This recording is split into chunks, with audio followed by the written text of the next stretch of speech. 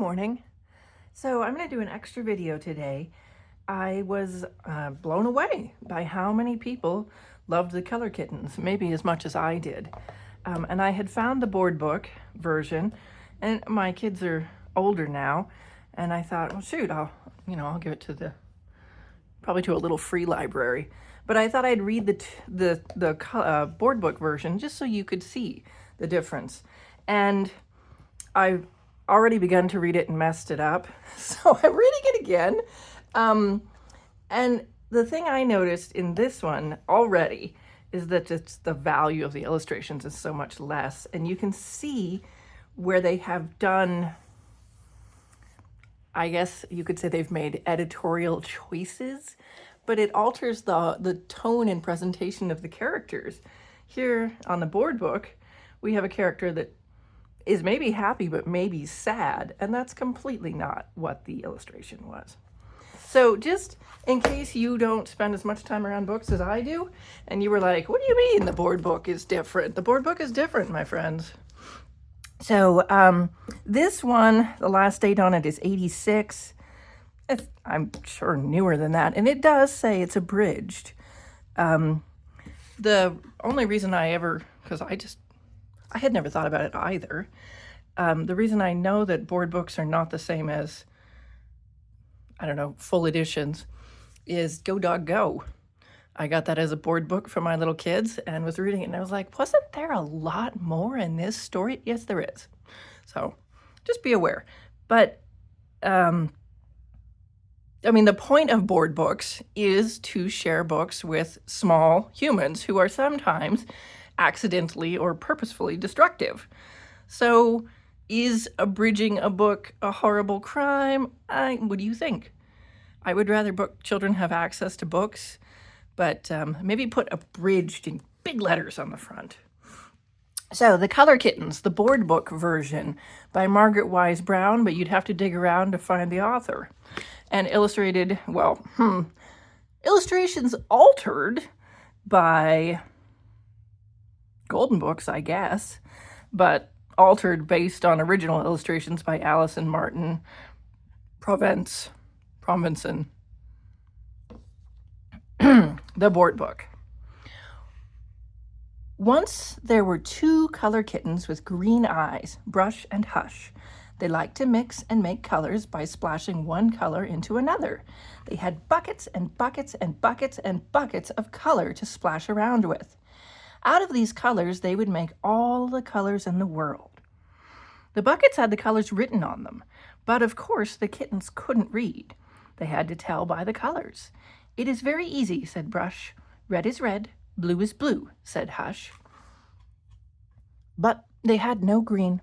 No green paint, said Brush and Hush, and they wanted green paint, of course, because nearly every place they liked to go was green. Green as cat's eyes, green as grass, by streams of water, green as glass. So they tried to make some green paint. Brush mixed red paint and white paint together, and what did that make? It didn't make green, but it made pink. Pink as pigs, pink as toes, pink as a rose or a baby's nose.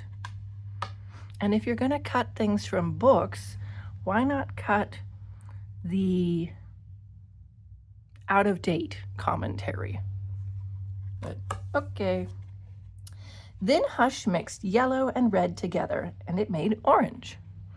Orange as orange trees, orange as a bumblebee, orange as the setting sun sinking slowly in the sea.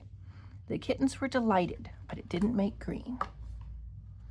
Then they mixed red and blue together, and what did that make? It didn't make green. It made a deep, dark purple.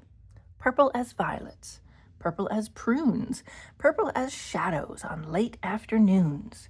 Still no green. And then, oh, wonderful kittens. Oh, Brush. Oh, Hush. At last, almost by accident, the kittens poured a bucket of blue and a bucket of yellow together, and it came to pass that they made a green as grass.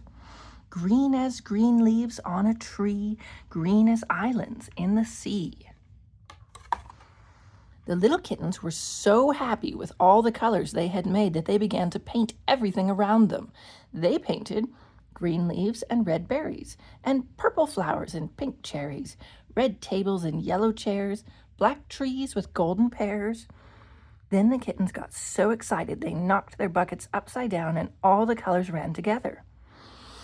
Yellow, red, a little blue, and a little black, and that made brown. Brown as a tugboat, brown as an old goat, brown as a beaver, brown. And in all that brown, the sun went down. It was evening, and the colors began to disappear in the warm, dark night. The kittens fell asleep in the warm, dark night with all their colors out of sight. And as they slept, they dreamed their dream. A wonderful dream of a red rose tree that turned all white when you counted 3. 1, 2, 3. Of a purple land in a pale pink sea where apples fell from a golden tree, and then a world of Easter eggs that danced about on short little legs. And they dreamed that a green cat danced with a pink little dog till they all disappeared in a soft gray fog. And suddenly Brush woke up and Hush woke up. It was morning. They crawled out of bed into a big bright world. The sky was wild with sunshine. The kittens were wild with purring and pouncing. Pounce, pounce, pounce! They got so pouncy they knocked over the buckets and all the colors ran out together. There were all the colors in the world, and the Color Kittens had made them. So, I mean, what do you think? Do you have a strong opinion about abridgment? Did you notice the parts where the story didn't really flow the same, and that's where things were cut? You can compare it to the other video. Did you notice that on let's see, dang it, where they make orange? Come on. Okay, so are we back to the same image or not? Yeah, okay. So we're back to a similar image. But I don't know. I mean, I highly doubt that there's anyone out there who can write a Margaret Weiss Brown book better than Margaret Weiss Brown, and who can illustrate it better than Alison Martin Provensen. Provence. I'm sorry about that. I don't know how to say that one. I don't know. Should art and prose be altered? I would love to hear from you. Anyway, so that's today's bonus video.